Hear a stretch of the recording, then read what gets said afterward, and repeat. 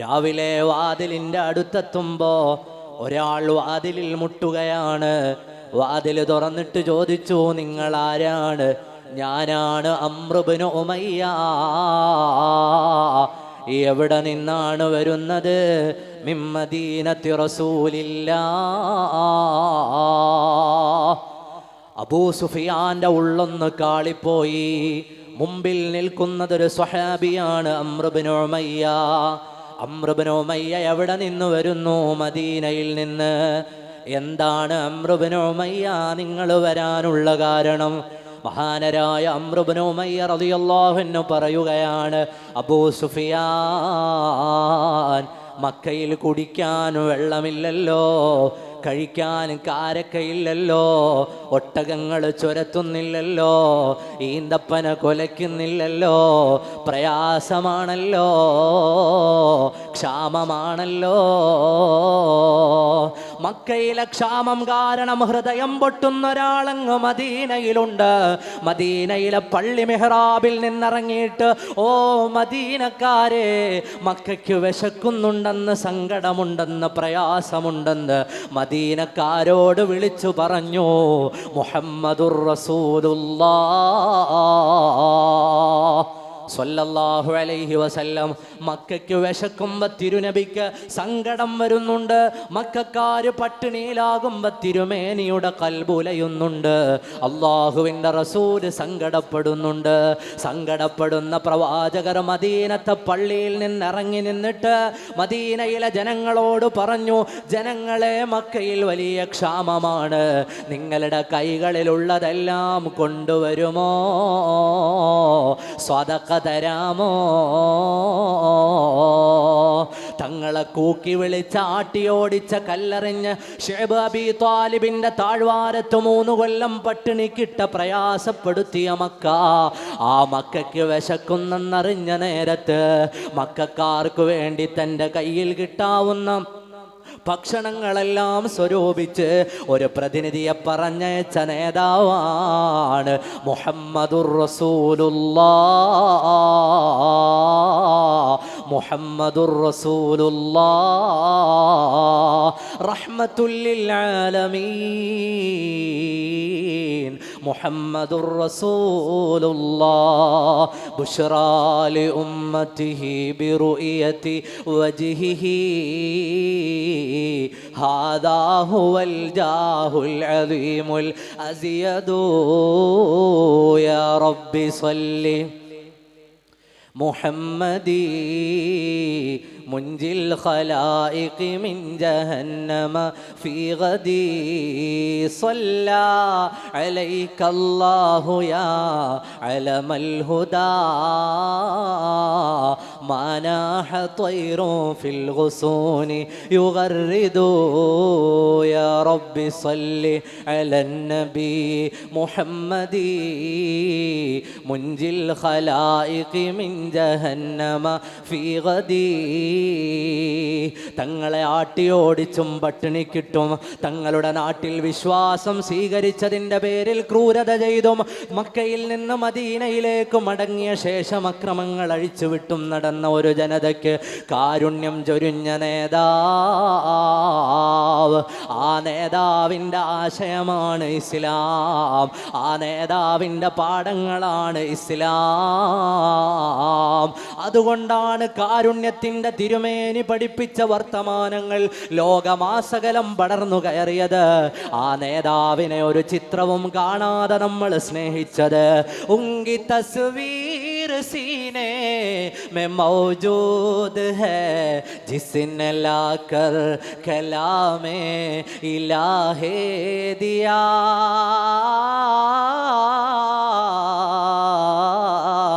ओ मोहम्मद मदीने में मौजूद है सैयदुना मुहम्मदुर रसूलुल्लाही സല്ലല്ലാഹു അലൈഹി വസല്ലം. ആ നേതാവിൻ്റെ വഴിയിലൂടെയാണ് ഞാൻ നടന്നു പോകാൻ ആഗ്രഹിക്കുന്നതും ഞാൻ ജീവിക്കുന്നതുമെന്ന് സയ്യിദുന മുഹീദ്ദീൻ അബ്ദുൽ ഖാദിർ ജീലാനി ഖദ്ദസല്ലാഹു സിർറുൽ അസീസ്. മുഹീദ്ദീൻ ശൈഖ് റളിയല്ലാഹു അൻഹുവിൻ്റെ കാലം കഴിഞ്ഞിട്ട് 1000ഓളം വർഷമാവുന്നു. നമ്മൾ ഓരോരുത്തരും ഒന്ന് ആലോചിച്ച് നോക്കൂ. ഒരു മനുഷ്യന്റെ സ്മരണ ആയിരക്കണക്കിന് കൊല്ലങ്ങൾക്കിപ്പുറവും നമ്മൾ അയവിറക്കിക്കൊണ്ടിരിക്കുന്നു. ഈമാനുള്ള ഹൃദയങ്ങളൊക്കെയും ആ പേര് കേൾക്കുമ്പോൾ ഖദ്ദസല്ലാഹു സിർറഹുൽ അസീസ് എന്ന് പറയുന്നു, അവിടുത്തെ മദ്ഹ് ചൊല്ലുന്നു. നമ്മുടെയൊക്കെ നാടുകളിൽ, അല്ലെങ്കിൽ നാം ഓരോരുത്തരും തന്നെ ആലോചിച്ച് നോക്കൂ, നമ്മളൊക്കെ കിട്ടുന്ന സമ്പത്ത് മുഴുവനും നമ്മൾ ബാങ്കിലേക്ക് കൊണ്ടിടുന്നു. ഇട്ടിട്ട് നമ്മൾ പറയാണ്, ഞാൻ മരിച്ചാൽ 10 കൊല്ലം ആണ്ട് നേർച്ച ഇതുപോലെ ആടിനെയൊക്കെ വാങ്ങിയിട്ട് നടത്തണം. നമ്മുടെ നാട്ടിലൊക്കെ എത്രയോ സമ്പന്നന്മാരും അധികാരികളും ഒക്കെ ഉണ്ടായിരുന്നില്ലേ? ഞാൻ മരിച്ചാൽ എൻ്റെ സമ്പത്തെല്ലാം ഇതാ, ഞാൻ മരിച്ചാൽ എൻ്റെ ആണ്ട് നേർച്ച ഇതുപോലെ നിങ്ങൾ നടത്തണം. എത്ര കാലം നടക്കും ദുനിയാവിൽ? എത്ര കാലം നടക്കും? അതിനൊരു പരിധിയില്ലേ? അതിന് പരിധി മാത്രമല്ല, ഞാൻ പറഞ്ഞാൽ എൻ്റെ നാട്ടിൽ മാത്രമായിരിക്കും ചിലപ്പോൾ നടക്കുക, അല്ലെങ്കിൽ ഞാനുള്ള മഹല്ലിൽ മാത്രമായിരിക്കും ചിലപ്പോൾ നടക്കുക. എന്നാൽ അല്ലാഹു തആല മുഅ്മിനീങ്ങളുടെ ഖൽബിലേക്ക് എത്തിച്ചു കൊടുത്ത മഹാരഥന്മാർ, മുഹീദ്ദീൻ ശൈഖ് റളിയല്ലാഹു അൻഹു ഇന്ത്യക്കാരനാണോ? ആണോ? പറയാണോ? അല്ല. മുഹീദ്ദീൻ ശൈഖ് റളിയല്ലാഹു അൻഹു ഇന്ത്യക്കാരനല്ല. ശൈഖ് അബ്ദുൽ ഖാദിരിൽ കൈലാനി എന്നോവർ ശൈഖന്മാർക്കെല്ലാവർക്കും കുതുബായി വന്നോവർ. ശറഫ്ത ജീലാന ബിൽ മീലാദി സാകിനുഹു അല്ലംത ഫിൽ ഖബ്രി ബഗ്ദാദൻ അമാകിനുഹു. ജനിച്ചതും ഇന്ത്യയിലല്ല, വഫാത്തായതും ഇന്ത്യയിലല്ല, എന്നാലോ നമ്മുടെ എല്ലാം നാടുകളിൽ നമ്മൾ പറഞ്ഞുകൊണ്ടേയിരിക്കുകയാണ്, അറ്റമില്ലാതോളം മേൽമാ ഉടയോവർ. ദുനിയാവിൽ അള്ളാഹു ഒരാളിൻ്റെ കൽബിലിട്ട് കൊടുത്താലല്ലാതെ, അള്ളാഹു മുഅ്മിനീങ്ങളുടെ കൽബിലിട്ട് കൊടുത്താലല്ലാതെ ഇങ്ങനെ ഒരാളുടെയും സ്മരണ ദുനിയാവിൽ നിലനിൽക്കൂല. നമ്മളൊക്കെ സമ്പത്ത് ചെലവഴിച്ചിട്ട് ഇനി എല്ലാ കാലവും ഞങ്ങളെ അനുസ്മരിക്കണം, അതിന് നാട്ടുകാരൊക്കെയും ആടും ഇറച്ചിയും അരിയും ഒക്കെ കൊണ്ടുവരണം എന്ന് വിചാരിച്ചാലും സാധ്യമല്ല, ഇമ്പോസിബിൾ. ചിലപ്പോൾ ഒരു നാട്ടിൽ 10-20 കൊല്ലം നടന്നു എന്ന് വരാം, ലോകമെമ്പാടും നടക്കുന്ന ഒരു സാഹചര്യം ഉണ്ടാവുകയില്ല. എന്തുകൊണ്ടാണ് മുഹീദ്ദീൻ ശൈഖ് റളിയല്ലാഹു അൻഹു പ്രകീർത്തിക്കപ്പെടുന്നത്? നമ്മൾ എപ്പോഴെങ്കിലും ആലോചിച്ചിട്ടുണ്ടോ? അല്ലാഹു സുബ്ഹാനഹു വ തആല അങ്ങനെയാണ്. അവന്റെ ഇഷ്ടദാസന്മാരായ ആളുകളിൽ നിന്ന് അവരുടെ കീർത്തി ഉയർത്താൻ ഉദ്ദേശിച്ചാൽ പരിധികളില്ലാതെ അവരെ പറയാൻ ആളുകൾ ഉണ്ടാവും. പരിധികളില്ലാതെ, ദേശങ്ങളോ ഭാഷയോ വ്യത്യാസമില്ലാതെ അവരെ കുറിച്ച് പറഞ്ഞുകൊണ്ടേയിരിക്കും. അള്ളാഹുവിൻ്റെ ഭാരതന്മാരായ ഔലിയാക്കൾ ജീവിതം കൊണ്ട് റബ്ബിലേക്ക് അടുക്കുമ്പോൾ റബ്ബ് നൽകുന്ന വലിയ സമ്മാനമാണ്. ഉദാഹരണം ഏതാണ്? സയ്യിദുനാ ഖലീലുല്ലാഹി ഇബ്രാഹീം അലൈഹിസ്സലാം. ഇബ്രാഹിം നബിയെ പറയാത്തൊരു നിസ്കാരം നമുക്കുണ്ടോ? ഉണ്ടോ? ഇല്ല. സയ്യിദുനാ ഇബ്രാഹിം നബി അലൈഹിസ്സലാമിനെ പറയാത്തൊരു നിസ്കാരം ഇല്ല. മഹാനവറുകൾക്ക് മേലെ നമ്മൾ സ്വലാത്തു ചൊല്ലുന്നുണ്ട്. ഹബീബായ നബി തങ്ങൾക്ക് സ്വലാത്തു ചൊല്ലുമ്പോൾ അതിൻ്റെ കൂടെ കൂട്ടിപ്പറയുന്നുണ്ട്. മാനവരാശിയുടെ പിതാക്കന്മാരിലെ 2ാമത്തെ പിതാവാണ് അബ്രഹാം, ഇബ്രാഹിം അലൈഹിസ്സലാം. ബൈബിളിൽ ഉണ്ട് അബ്രഹാം, തൗറാത്തിലുണ്ട് അബ്രഹാം. ഹൈന്ദവ പുരാണങ്ങളിലെ ബ്രഹ്മാവ് എന്ന പേരെവിടെ നിന്നാണ്? അബ്രഹാമിൽ നിന്നാണ്. മാനവരാശിയുടെ പിതാവാണ് ഖലീലുല്ലാഹി ഇബ്രാഹീം അലൈഹിസ്സലാം. ഖലീലുല്ലാഹി ഇബ്രാഹിം നബി അലൈഹിസ്സലാം ജനിച്ചത് ബാബിലോണിയയിലാണ്, ഇന്നത്തെ ഇറാഖിൽ. അവിടെ നിന്ന് യാത്ര ചെയ്തു വന്ന ദേശമാണ് ഫലസ്തീൻ. അവിടെ നിന്ന് ഹിജറ വന്ന ദേശമാണ് മക്കത്തുൽ മുകറമ ബലദുൽ അമീൻ. അവിടെ നിന്ന് യാത്ര ചെയ്ത ദേശമാണ് ഷാം.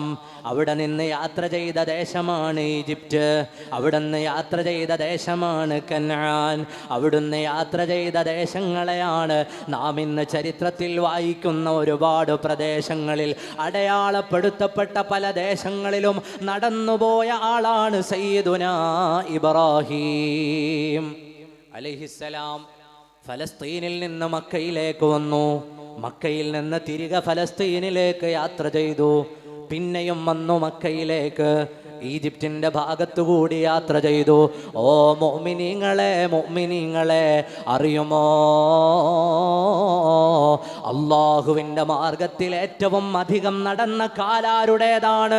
റബ്ബിന്റെ മാർഗത്തിൽ ഏറ്റവും അധികം നടന്ന കാലിന്റെ ഉടമയാണ് ഖലീലുല്ലാഹി ഇബ്രാഹീം അലൈഹിസ്സലാം. അള്ളാഹുവിന്റെ മാർഗത്തിൽ ഏറ്റവും കൂടുതൽ നടന്ന കാൽ ബാബിലോണിയയിൽ നിന്ന് ഫലസ്തീൻ, ഫലസ്തീനിൽ നിന്ന് മക്ക. ഇന്നത്തെ അവസ്ഥ പറഞ്ഞാൽ ഇറാഖിൽ നിന്ന് ഫലസ്തീൻ, ഫലസ്തീനിൽ നിന്ന് സൗദി, സൗദിയിൽ നിന്ന് വീണ്ടും ഫലസ്തീൻ, അവിടെ നിന്ന് സിറിയ, ജോർദാൻ, ഈജിപ്റ്റ്, ലോകരാജ്യങ്ങളിലെ ഈ പറയുന്ന പ്രദേശങ്ങളിലൂടെയൊക്കെ അള്ളാഹുവിൻ്റെ മാർഗത്തിൽ നടന്നുപോയ ആൾ സയ്യിദുന ഖലീലുല്ലാഹി ഇബ്രാഹിം. അള്ളാഹുവിൻ്റെ മാർഗത്തിൽ ഏറ്റവും അധികം നടന്ന കാൽ സയ്യിദുന ഖലീലുല്ലാഹി ഇബ്രാഹിം അലൈഹിസ്സലാമിൻ്റെ കാലാണ്. അതുകൊണ്ടാണ് സയ്യിദുന ഇബ്രാഹിം അലൈഹിസ്സലാമിൻ്റെ കാലാണ് അള്ളാഹുവിൻ്റെ മാർഗത്തിൽ ഏറ്റവും അധികം നടന്നത്. ആ കാലുണ്ട് എവിടെയാണ്? ലോകാവസാനം വരെ വരുന്ന മനുഷ്യർക്ക് മുഴുവനും ദൃഷ്ടാന്തമായി കഅബാലയത്തിന്റെ അരികിൽ മഖാമു ഇബ്രാഹീമ മുസല്ലാ, മഖാമു ഇബ്രാഹീമ മുസല്ലാ. അള്ളാന്റെ മാർഗത്തിൽ ഏറ്റവും കൂടുതൽ നടന്ന കാൽ, ആ കാലിന്റെ രൂപം ഇന്നെവിടെയുണ്ട്? കഅബാലയത്തിന്റെ നിർമ്മിതി നടത്തിയ നേരത്ത് അവര് കയറി നിന്ന കല്ലിൽ ആ കാല് പതിഞ്ഞു. ആ കല്ല് കഅബാലയത്തിന്റെ ചാരയങ്ങ് വെച്ചിട്ടോ പരിശുദ്ധമായ ഖുർആൻ പ്രഖ്യാപിച്ചു, അവിടെ എത്തുന്ന ഓരോ വിശ്വാസിയും ആ കാൽപാദത്തിന്റെ ചോട്ടിൽ ചെന്നു നിൽക്കണം. അബ്രഹാമിന്റെ കാൽപാദത്തിന്റെ ചാരത്തു ചെന്നു നിന്ന് അള്ളാഹുവിലേക്ക് ആരാധന നിർവഹിക്കണമെന്ന് പഠിപ്പിക്കുകയാണ് പരിശുദ്ധ ഇസ്ലാം. കാരണം അത് ചെറിയ ഒരാളിന്റെ കാൽപാദമല്ല, വെറുതെ അല്ലാഹു തആല കൊണ്ടുവച്ചതല്ല. 1,24,000 വരുന്ന നബിമാരിൽ നിന്ന് ആരുടെയെങ്കിലും ഒരു കാൽപാദം അവിടെ കാത്തുവച്ചിട്ട് അവസാനം വരെ വരാനുള്ള മനുഷ്യരെ മുഴുവനും വിളിച്ചതല്ല. ഈ കാലാരുടേതാണ്? ഈ പാദമാരുടേതാണ്? റബ്ബിന്റെ മാർഗത്തിൽ നടന്ന എൻ്റെ അബ്ദായ ഖലീലുല്ലാഹി ഇബ്രാഹീം അലൈഹിസ്സലാമിന്റെ പാദമുദ്രയെ അല്ലാഹു തആല സംരക്ഷിക്കുകയാണ്. എവിടെ വരെ? ഖിയാമം വരെ, കഅബാലയമുള്ള കാലം വരെ, ലബ്ബൈക ചൊല്ലുന്ന നാളുകൾ വരെ, ആളുകൾ അവിടെ കൂടുന്ന കാലം വരെ. മഖാമു ഇബ്രാഹീമ മുസല്ലാ. ഇപ്പൊ മനസ്സിലായില്ലേ ഇബ്രാഹിം നബിയുടെ കാലം എന്തിനാ അവിടെ കൊണ്ടുവച്ചതെന്ന്? ഇബ്രാഹിം നബിയുടെ കാൽപാദം എന്തിനാണ് കാൽപാദം പതിഞ്ഞ കല്ലെന്തിനാണ് കഅബാലയത്തിന്റെ അടുത്ത് വെച്ചത്? തവാഫൊക്കെ ചെയ്യാനുള്ളതല്ലേ, കുറച്ച് മാറ്റി വെച്ചുവിടുന്നാൽ പറ്റൂല. കഅബാലയമുള്ള കാലം വരെ മനുഷ്യരാശി ആ ചരിത്രം പഠിച്ചിരിക്കണം. അള്ളാഹുവിന്റെ മാർഗത്തിൽ സർവ്വതും ത്യജിച്ചു നടന്ന ആ കാൽപാദത്തിന്റെ ചാരയൊന്ന് വന്നു നിൽക്കണം. അതിന്റെ ചാരത്ത് ദുആ ചെയ്താൽ ഇജാബത്തുണ്ട്. അല്ലാഹു തആല നമുക്കൊക്കെ പോകാനും ദുആ ചെയ്യാനും തൗഫീഖ് നൽകുമാറാകട്ടെ. അല്ലാതെ വേറെ ആരുടെയും കാല് കിട്ടാത്തത് കൊണ്ട് ഒരു കാൽപാദം പതിഞ്ഞ പാറ കൊണ്ടുവന്ന് കഅബാലയത്തിന്റെ ചാരത്ത് വെച്ചതല്ല.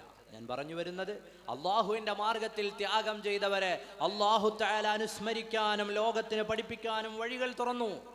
അതേ ഇബ്രാഹിം അലൈഹിസ്സലാമിനെ നിസ്കാരത്തിൽ നമ്മൾ സ്വലാത്തു ചൊല്ലി ഹബീബായ നബി തങ്ങൾക്കൊപ്പം അവിടുത്തെ കുടുംബത്തിനും അവിടുത്തെയുടെ മേലും നമ്മൾ സ്വലാത്ത് ചൊല്ലുന്നു.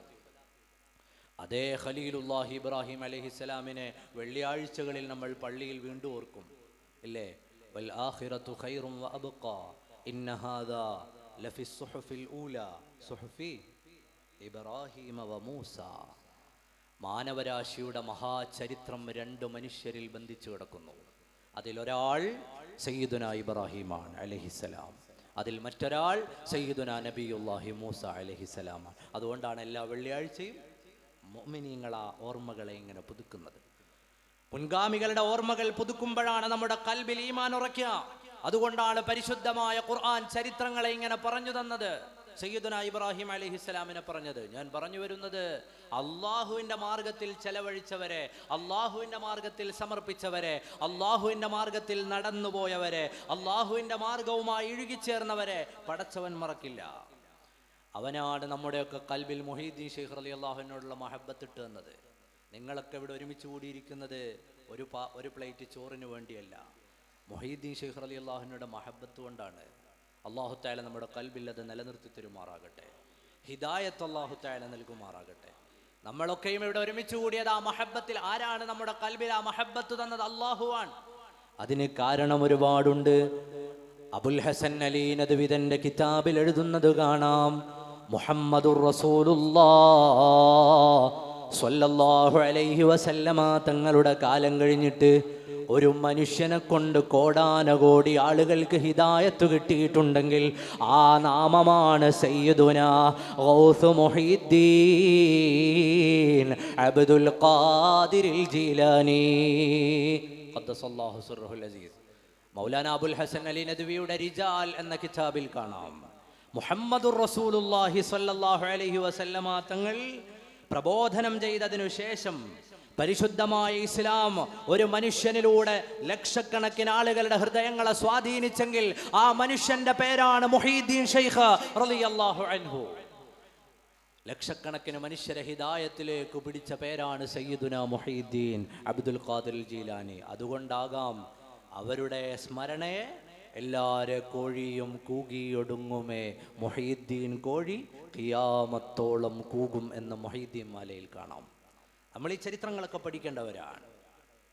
നമ്മൾ ഈ ചരിത്രങ്ങളൊക്കെ ചരിത്രപരമായ ചരിത്രമറിയാതെ പോകുന്നത് കൊണ്ടുള്ള പ്രയാസമാണ് നമുക്കുള്ളത്. ചരിത്രം നമ്മൾ പഠിക്കേണ്ടവരാണ്, വിശാലമായ ചരിത്രം. നമ്മുടെ പരിശുദ്ധമായ ഖുർആൻ ലോകത്ത് ഇന്ന് നടന്നുകൊണ്ടിരിക്കുന്ന പ്രശ്നങ്ങളെ ഒക്കെയും അഭിമുഖീകരിച്ച് ചരിത്രം പറയുന്നുണ്ട്. ഇസ്രായേൽ എന്ന് വലിയ പ്രശ്നമാണല്ലോ, ഇസ്രായേൽ ഇല്ലേ? നിങ്ങൾ ഇവിടെ ശ്രദ്ധിക്കുക, ഇസ്രായേൽ പ്രശ്നമാണല്ലോ. എന്താണ് ഇസ്രായേൽ എന്ന് പറഞ്ഞാൽ അർത്ഥം അറിയോ? ഇസ്രായേൽ എന്ന് പറഞ്ഞാൽ എന്താ അർത്ഥം പറഞ്ഞോ? ഇസ്രായേൽ, ഇസ്ര എന്ന് പറഞ്ഞാൽ അടിമ എന്നാണ് അർത്ഥം. ഏൽ എന്ന് പറഞ്ഞാൽ ദൈവം എന്നാണ്, ദൈവത്തിന്റെ അടിമ എന്നാണ് അർത്ഥം. അബ്ദുല്ലാ, ആരുടെ പേരാണ് ഇസ്രായേൽ? സയ്യിദുനാ നബിയുല്ലാഹി യാഖൂബ് അലൈഹിസ്സലാമിന്റെ ഓമന പേരാണ് ഇസ്രായേൽ. ബൈബിളിലൊക്കെ കാണാം, ഏലിയ ഏലിയ എന്ന് പറഞ്ഞാല് ഹീബ്രുവിൽ അത് ദൈവമേ എന്നുള്ള വിളിയാണ്. ഇസ്രായേൽ ദൈവത്തിന്റെ അടിമ. അബ്ദുല്ലാ സയ്യിദുനാ യാഖൂബ് അലൈഹിസ്സലാം, യാഖൂബ് നബി അലൈഹിസ്സലാമിന്റെ പേരാണത്. സിറുൽ അംബിയ, അല്ലാഹു തആല അവരുടെയൊക്കെ മദദ് നമ്മൾക്ക് നൽകുമാറാകട്ടെ. സയ്യിദുനാ യാഖൂബ് നബി അലൈഹിസ്സലാമിന്റെ നാമം അത് പറഞ്ഞു വരുമ്പോൾ ഇന്നത്തെ പ്രശ്നങ്ങളെ കുറിച്ച് നമുക്ക് പറയാതെ നിവർത്തിയില്ല. ഇന്ന് നടന്നുകൊണ്ടിരിക്കുന്ന പ്രശ്നങ്ങൾ നോക്കൂ. ഫലസ്തീൻ എന്ന് പറയുന്ന രാജ്യത്തെ ജനസമൂഹത്തെ ആയുധബലത്തിന്റെയും ലോകമാസകലമുള്ള വ്യത്യസ്തങ്ങളായ രാജ്യങ്ങളുടെയും പിന്തുണയോടെ എല്ലാ മനുഷ്യത്വത്തിന്റെയും ഭാവങ്ങളെ മാറ്റിവെച്ചുകൊണ്ട് കൊന്ന് കുരുതി നടത്തിക്കൊണ്ടിരിക്കുന്ന ഒരു സമയത്താണ് നമ്മൾ ഈ സംസാരിക്കുന്നത്. ഒരൽപ്പമെങ്കിലും മനുഷ്യപ്പറ്റുള്ളവർക്ക് ഇസ്രായേലിന്റെ ഈ ക്രൂരതയോട് ചേർന്ന് നിൽക്കാൻ പറ്റില്ല. അത്രയേറെ ക്രൂരമായ അക്രമങ്ങളാണ് ഫലസ്തീനിൽ അഴിച്ചുവിടുന്നത്. യുണിസെഫിന്റെ റിപ്പോർട്ട് പ്രകാരം 2300-ലേറെ കുഞ്ഞുമക്കൾ ഫലസ്തീനിൽ കൊല്ലപ്പെട്ടു കഴിഞ്ഞു. 2300-ലേറെ കുഞ്ഞുമക്കളുടെ ജനാസ ഫലസ്തീനിൽ വീണു കഴിഞ്ഞു. മനുഷ്യാവകാശ സംഘടനകളുടെ റിപ്പോർട്ട് പ്രകാരം ഫലസ്തീനിന്റെ മണ്ണിൽ 5300-ലേറെ മനുഷ്യർ മരണപ്പെട്ടു കഴിഞ്ഞു. ഔദ്യോഗികമായ കണക്കുകൾ 4,93,000 വരുന്ന മനുഷ്യർക്ക് അവരുടെ പാർപ്പിടം നഷ്ടമായി കഴിഞ്ഞു. എല്ലാ തരത്തിലുമുള്ള അന്താരാഷ്ട്ര നിയമങ്ങളെയും മര്യാദകളെയും ഒക്കെ പൊളിച്ചടുക്കിക്കൊണ്ട് തങ്ങളുടെ കയ്യൂക്കിന്റെ ബലത്തിൽ മറ്റു രാജ്യങ്ങളെ കൂട്ടിപ്പിടിച്ചുകൊണ്ട് ഇസ്രായേൽ നടത്തുന്ന ഈ കിരാതത്തിനെ ഒരർത്ഥത്തിലും ന്യായീകരിക്കാൻ പറ്റില്ല. മഹാരഥന്മാരായ അമ്പിയാക്കളുടെ ദേശം വാഗ്ദത്ത ഭൂമി എന്നൊക്കെയാണ് പറയുന്നത്. വാഗ്ദത്ത ഭൂമി നിങ്ങൾ ആലോചിച്ചു നോക്കൂ. ഫലസ്തീൻ വാഗ്ദത്ത ഭൂമിയാണത്രേ. ആരുടെ? ജൂതന്മാരുടെ. വാഗ്ദത്ത ഭൂമി എന്ന കൺസെപ്റ്റ് ഫലസ്തീനിലേക്ക് വരാൻ വേണ്ടി ഉണ്ടാക്കിയ വെറും ഒരു നിർമ്മിതി മാത്രമാണ്. ലോകത്ത് ജൂതന്മാർക്കൊരു രാജ്യം ഉണ്ടാവണം. 1880-കളിൽ അറബ് നാടുകളിലേക്ക് കുടിയേറ്റം ആരംഭിക്കുന്നതിന് മുമ്പ് തന്നെ ലോകത്തിന്റെ വ്യത്യസ്തങ്ങളായ നാടുകളിൽ ആളുകളാൽ അടിച്ചോടിക്കപ്പെട്ട തങ്ങളുടെ ക്രൂരകൃത്യങ്ങൾ കാരണമോ വിശ്വാസങ്ങളുടെ ഭാഗമോ ആയി ആളുകളാൽ ആക്രമിക്കപ്പെട്ടിരുന്ന ജൂത സമൂഹം, അവർക്ക് ജീവിക്കാൻ ഒരു രാജ്യം വേണം. അവരാദ്യം പറഞ്ഞത് അമേരിക്കയിൽ ഒരു സ്ഥലം തന്നാൽ ഞങ്ങൾ അവിടെ ജീവിച്ചോളാം, അമേരിക്കയിൽ ഒരു സ്ഥലം തന്നാൽ ഞങ്ങൾ അവിടെ ഒരു ജൂതരാഷ്ട്രം ഉണ്ടാക്കാം. സാന്ദർഭികവശാൽ അത് നടന്നില്ല. അവിടുത്തെ ജനങ്ങൾ എതിർത്തു, പറ്റൂല. ആഫ്രിക്കയിൽ ഒരു സ്ഥലം തന്നാൽ ഞങ്ങൾ അവിടെ ഒരു ജൂതരാഷ്ട്രം ഉണ്ടാക്കാം, അവിടെയും നടന്നില്ല. മഡ്ഗാസ്കറിൽ ഞങ്ങൾക്ക് സ്ഥലം തന്നാൽ ഞങ്ങൾ അവിടെ ജൂതരാഷ്ട്രം ഉണ്ടാക്കാം, അവിടെയും നടന്നില്ല. അവസാനമാണ് പാവങ്ങളായ അറബികൾ തിങ്ങിപ്പാർക്കുന്ന സ്ഥലത്തേക്ക് തങ്ങളുടെ വിശ്വാസത്തിന്റെ ഭാഗമാണ് എന്ന് പറഞ്ഞുകൊണ്ട് ബ്രിട്ടനുമായി ചേർന്ന് 948 ഇസ്രായേൽ ഉണ്ടാവുന്നത്. ഇസ്രായേൽ ഉണ്ടാവുന്നത് 1948 അതിനു മുമ്പ് ഈ പറയുന്ന പ്രദേശത്ത് പ്രശ്നങ്ങളില്ല. ഇന്ന് കാണുന്ന അറബികളും ഫലസ്തീനികളും ഇസ്രായേലികളും തമ്മിലുള്ള പ്രശ്നം ഉണ്ടാവുന്നത് 948 ശേഷമാണ്. 48 മുമ്പ് ഒരു ചരിത്രമുണ്ട്. എല്ലാ നാടുകളിൽ നിന്നും ആട്ടിയോടിക്കപ്പെട്ട ജൂത സമൂഹത്തിന് എല്ലാ തരത്തിലുമുള്ള സഹായം ചെയ്തത് പരിശുദ്ധമായ ഇസ്ലാം അനുസരിച്ച് ഭരണം നടത്തിയ ഭരണാധിപന്മാരാണ്, ഖലീഫമാരാണ്.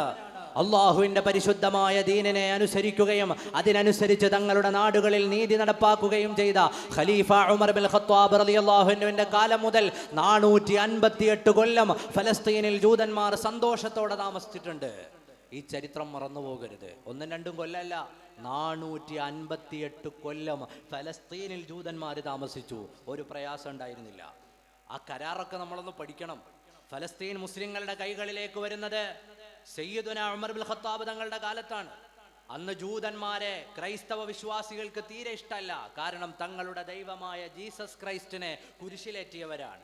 അവരുടെ അമ്മയായ മറിയം ബീവിയെ ലോകത്തിന്റെ മുന്നിൽ അവമതിക്കുന്നവരാണ്. പ്രവാചകന്മാരെ കൊന്നുകളഞ്ഞവരാണ്. അതുകൊണ്ട് തന്നെ എവിടെ കണ്ടാലും ഹിറ്റ്ലർ വരെയുള്ള ഭരണാധികാരികളുടെ ചരിത്രം നമുക്കറിയാം. അവരെ പീഡിപ്പിക്കുകയും ആട്ടിയോടിക്കുകയും ഒക്കെ ചെയ്തു. ഷേക്സ്പിയറിന്റെ ഒക്കെ കഥകളിൽ നിങ്ങളൊക്കെ വായിച്ചിട്ടുണ്ടാകും. ഷൈലോക്ക് എന്ന് പറഞ്ഞിട്ടൊരു കഥാപാത്രമുണ്ട്. അറുപിശുക്കനായ, അറുത്ത കൈക്ക് ഉപ്പ് തേക്കാത്ത, സമൂഹത്തിന്റെ നടുത്തളത്തിൽ നിന്ന് ഒരു നീതിയും ന്യായവും ഇല്ലാതെ പൈസ പിരിച്ചെടുക്കുന്ന ഒരാൾ. അങ്ങനെ എത്രയോ കഥകളിലെ വില്ലന്മാർ ജൂതന്മാരാണ്.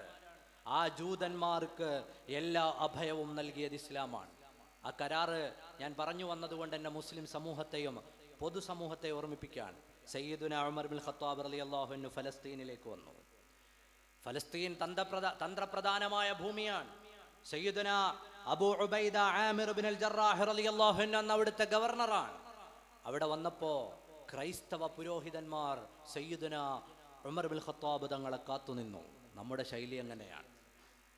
എല്ലാ മതങ്ങളോടും എല്ലാ ദർശനങ്ങളോടും നീതിയും ന്യായവും വെച്ച് പെരുമാറിയവരും അതിനനുസരിച്ച് ജീവിച്ചവരുമാണ് ഇസ്ലാം.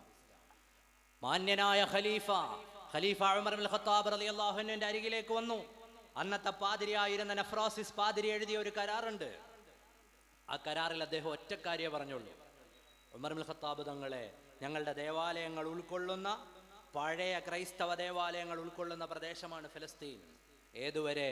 സയ്യിദുന ഈസ അലൈഹിസ്സലാമിനെ പ്രസവിച്ച അടയാളമുള്ള ചർച്ച് ഓഫ് നേറ്റിവിറ്റി ഫലസ്തീനിലാണ്. ആര് പ്രസവിച്ചു? മറിയം ബീവി റളിയല്ലാഹു അൻഹ ഈസാ നബിയെ പ്രസവിച്ച അടയാളമുള്ള AD 4-ാം നൂറ്റാണ്ടിൽ നിർമ്മിക്കപ്പെട്ട ചർച്ച് ഓഫ് നേറ്റിവിറ്റി ഫലസ്തീനിലാണ്. ഇന്ന് വരെ അതിൻ്റെ കാവൽക്കാർ മുസ്ലിങ്ങളാണ്.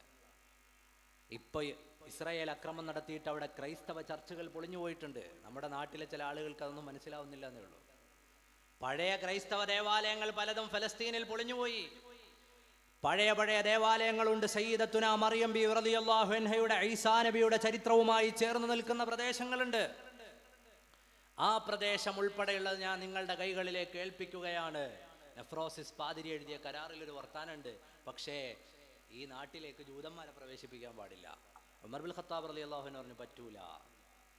അവർക്കിവിടെ വരണമെങ്കിൽ, പ്രാർത്ഥിക്കണമെങ്കിൽ ഈ പ്രദേശത്ത് വന്ന് പ്രാർത്ഥിക്കാനും വരാനുമുള്ള അവസരം ഞാൻ കൊടുക്കും. പക്ഷേ നിങ്ങളുടെ ദേവാലയത്തിനെ തൊടാൻ അനുവദിക്കൂല. നിങ്ങൾ അത് പേടിക്കണ്ട. നിങ്ങളുടെ പേടി അതാണല്ലോ. നിങ്ങളുടെ ചർച്ചുകൾ പൊളിഞ്ഞു പോകുമെന്നാണെങ്കിൽ ഞാനിതാ നിങ്ങൾക്ക് ഉറപ്പ് തരുന്നു. ചരിത്രത്തിൽ 458 കൊല്ലം കാത്തുവെച്ചൊരു ഉറപ്പാണ്. ക്രൈസ്തവ ദേവാലയങ്ങളെ തൊടാൻ ജൂതന്മാരെ അനുവദിക്കില്ല. എൻ്റെ കാവൽ പട്ടാളം ഇവിടെ ഉണ്ടാകും. എഴുതിയത് ഖലീഫ ഉമർ. പിന്നീട് വന്ന എല്ലാ ഭരണകൂടങ്ങളും ആ കരാർ അനുസരിച്ചു പോരുന്നു. 458 കൊല്ലം കഴിയുമ്പോഴാണ് ഫലസ്തീൻ പിന്നെ മുസ്ലിങ്ങളുടെ കയ്യിൽ നിന്ന് പോകുന്നത്. അത് ജൂതന്മാരിലേക്കല്ല.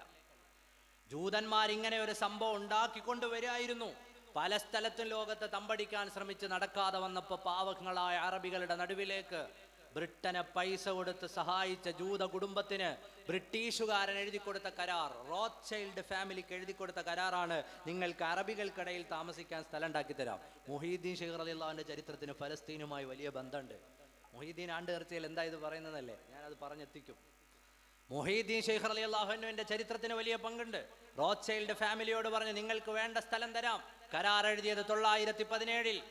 948 ഇസ്രായേൽ ഉണ്ടാവുന്നത്. ഉണ്ടാക്കി കൊടുക്കുന്നത് ബ്രിട്ടനാണ്. ബ്രിട്ടന്റെ ആയുധബലത്തിന്റെ കീഴിലാണ് ഇസ്രായേൽ ഉണ്ടാകുന്നത്. നമ്മുടെ നാട്ടിൽ ഇന്ന് ഫലസ്തീൻ ഇസ്രായേൽ പ്രശ്നം വരുമ്പോൾ മുസ്ലിങ്ങളായതുകൊണ്ട് യാതൊരു നീതിയും ന്യായവും നോക്കാതെ ഇസ്രായേലിനൊപ്പം നിൽക്കുന്ന കുറേ ആളുകളുണ്ട്. ചരിത്രം അറിയില്ല, അവിടെ നടക്കുന്നത് എന്താണെന്ന് കൃത്യമായി അറിയില്ല. അതറിയാത്തത് കൊണ്ടാണ് ചില ആളുകൾ വിചാരിക്കുന്നത് ഫലസ്തീനിൽ മുസ്ലിങ്ങൾ മാത്രമേ ഉള്ളൂ എന്നാണ്. അല്ല, ന്യൂനപക്ഷമായി ക്രൈസ്തവരുമുണ്ട്. അവരുടെ ദേവാലയങ്ങൾ ഈ അക്രമത്തിൽ തകർന്നിട്ടുണ്ട്. പിന്നൊരു വിഭാഗമുണ്ട്, മുസ്ലിങ്ങളായതുകൊണ്ട് ഞങ്ങൾ ഇസ്രായേലിനൊപ്പം നിൽക്കുന്നു. അവർ ഇസ്രായേലിനൊപ്പം തന്നെ നിൽക്കുന്നതാണ് നല്ലത്. സ്വന്തം രാജ്യത്തിന്റെ സ്വാതന്ത്ര്യ സമരത്തെ പോലും ഒറ്റ ആളുകൾ മറ്റേതെങ്കിലും രാജ്യത്തിന്റെ സ്വാതന്ത്ര്യ സമര പോരാളികൾക്കൊപ്പം നിൽക്കുമെന്ന് നമുക്ക് യാതൊരു പ്രതീക്ഷയില്ല. സ്വന്തം രാജ്യത്തിന്റെ സ്വാതന്ത്ര്യ സമരത്തെ ഒറ്റ ആളുകൾ മറ്റേതെങ്കിലുമൊക്കെ രാജ്യത്ത് നടക്കുന്ന സ്വാതന്ത്ര്യ സമര പ്രവർത്തനങ്ങളിൽ അതിന്റെ പോരാളികൾക്കൊപ്പം നിൽക്കുക എന്ന് പറഞ്ഞാൽ അത് ചരിത്രപരമായി കറക്റ്റാവില്ല. ഞാൻ പറഞ്ഞു വരുന്നത്, ഇസ്രായേൽ നടത്തിക്കൊണ്ടിരിക്കുന്നത് ഭീകരതയാണ്. ഫലസ്തീനിലേക്ക് ഒരു ജനങ്ങളെ കൊണ്ടുവന്നു. 48 കൊണ്ടുവന്ന്, ഞാൻ പെട്ടെന്ന് പറഞ്ഞ് ചരിത്രം അവസാനിപ്പിക്കുകയാണ്. 948 ജൂതന്മാർ ഫലസ്തീനിലേക്ക് വന്നു. ഇന്നത്തെ ഇസ്രായേലിന്റെ പ്രസിഡന്റ് ഉൾപ്പെടെ ഫലസ്തീൻ വിസയ്ക്ക് അപ്ലൈ ചെയ്തിട്ട് ഫലസ്തീനിലേക്ക് വന്ന ആളാണ്. ഇന്നവർ പറയുന്നു ഈ രാജ്യം ഞങ്ങളുടേതാണെന്ന്. രണ്ടാളുകൾ കൂടി ഒരു കരാറുണ്ടാക്കുക, ഞാനും നിങ്ങളും കൂടി ഒരു കരാറുണ്ടാക്കുക, നിങ്ങളെ വീട്ടിൽ പോയി താമസിച്ചോ. അവരോട് അനുവാദം തന്നെ ചോദിച്ചിട്ടില്ല. അവിടെ ചെന്നിട്ട് അവരെ പിടിച്ച് പുറത്താക്കിയിട്ട് അവിടെ താമസിക്കുക. അതിനെല്ലാവരും ചേർന്ന് പിന്തുണകൾ നൽകുക. അതിനെതിരെ നടന്നുകൊണ്ടിരിക്കുന്ന തങ്ങളുടെ വെള്ളം, തങ്ങളുടെ ഭൂമി, തങ്ങളുടെ ഭക്ഷണം, തങ്ങളുടെ മക്കൾ, തങ്ങളുടെ കുടുംബം, ഇവയെല്ലാം പിടിച്ചെടുക്കുന്ന ഒരു സമൂഹത്തോട് ഒരു കല്ലുകൊണ്ടോ ഒരു റോക്കറ്റ് കൊണ്ടോ പ്രതികരിക്കുന്ന ഒരു സമൂഹത്തെ തീവ്രവാദികളായി ചിത്രീകരിക്കുന്നത് ചരിത്രത്തോട് ചെയ്യുന്ന നീതിയില്ലായ്മയാണ്. അതാരു ചെയ്താലും അത് നീതിയില്ലായ്മയാണ്. നമ്മുടെ രാജ്യത്തിന്റെ സ്വാതന്ത്ര്യ സമരം ഓർമ്മയില്ലേ? ചിലർ ഉപവസിച്ചു, ചിലർ ആക്രമിച്ചു, എല്ലാവരും കൂടി ചേർന്നപ്പോഴാണ് ഈ രാജ്യം സ്വതന്ത്രമായത്. അതുപോലെയാണ് ഫലസ്തീനി. 948 ഉണ്ടായിരുന്നത് ചെറിയൊരു രാജ്യമാണ്. ഇന്ന് ഇസ്രായേൽ അതിന്റെ 4 ഭാഗവും പിടിച്ചെടുത്ത് അവിടെയുള്ള മനുഷ്യരെയൊക്കെ കൊന്നുകളഞ്ഞപ്പോൾ പല കരാറുകളും വന്നു. ലോക ചരിത്രത്തിൽ ഇന്നുവരെ എഴുതപ്പെട്ട കരാറുകൾക്ക് തുണ്ടുകടലാസിന്റെ വില നൽകിയ രാജ്യമാണ് ഇസ്രായേൽ. ഓസ്ലോയിൽ വെച്ചൊരു കരാറുണ്ടായി. യാസർ അറാഫത്ത് ജീവിച്ചിരുന്നപ്പോ, ഇതുവരെ നിങ്ങൾ പിടിച്ചെടുത്തതൊക്കെ നിങ്ങളെ കയ്യിലിരുന്നോട്ടെ, ഇനി നിങ്ങൾ പിടിച്ചെടുക്കരുത്, ബാക്കിയുള്ള സ്ഥലം ഞങ്ങൾക്ക് വിട്ടുതരണം. യാസർ അറാഫത്തും ബിൽ ക്ലിന്റണും അന്നത്തെ ഇസ്രായേലിന്റെ പ്രധാനമന്ത്രിയും ചേർന്ന് കരാർ എഴുതി. ആ കരാർ ലോക സമൂഹത്തെ നോക്കുകുത്തിയാക്കിയിട്ട് വലിച്ചെറിഞ്ഞു. 948 ഇസ്രായേൽ ഉണ്ടായിരുന്നതിന്റെ 50 or 60 ഇരട്ടിയുണ്ട് ഇന്ന് ഇസ്രായേൽ. അങ്ങനെ ലോകരാജ്യങ്ങളുടെ പലരുടെയും പിന്തുണയോടെ ഒരു സമൂഹത്തെ കൊന്നും ഇല്ലായ്മ ചെയ്തും അവരുടെ മനുഷ്യാവകാശങ്ങളെ മുഴുവനും നിഷേധിച്ചുമുള്ള ഒരു രാജ്യത്തോട് മനുഷ്യപ്പറ്റുള്ള ഒരാൾക്കും ചേർന്ന് നിൽക്കാൻ പറ്റില്ല.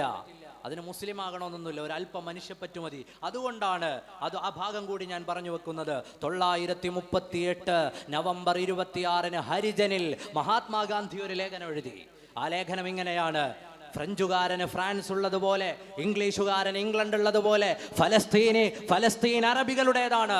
അവിടെ ബ്രിട്ടന്റെ നേതൃത്വത്തിൽ നടന്നുകൊണ്ടിരിക്കുന്ന മാനവികതയ്ക്കെതിരായ എല്ലാ പ്രവർത്തനങ്ങളും അവസാനിപ്പിക്കണമെന്ന് എഴുതിയത് ഈ രാജ്യത്തിന്റെ രാഷ്ട്രപിതാവായ മഹാത്മാഗാന്ധിയാണ്.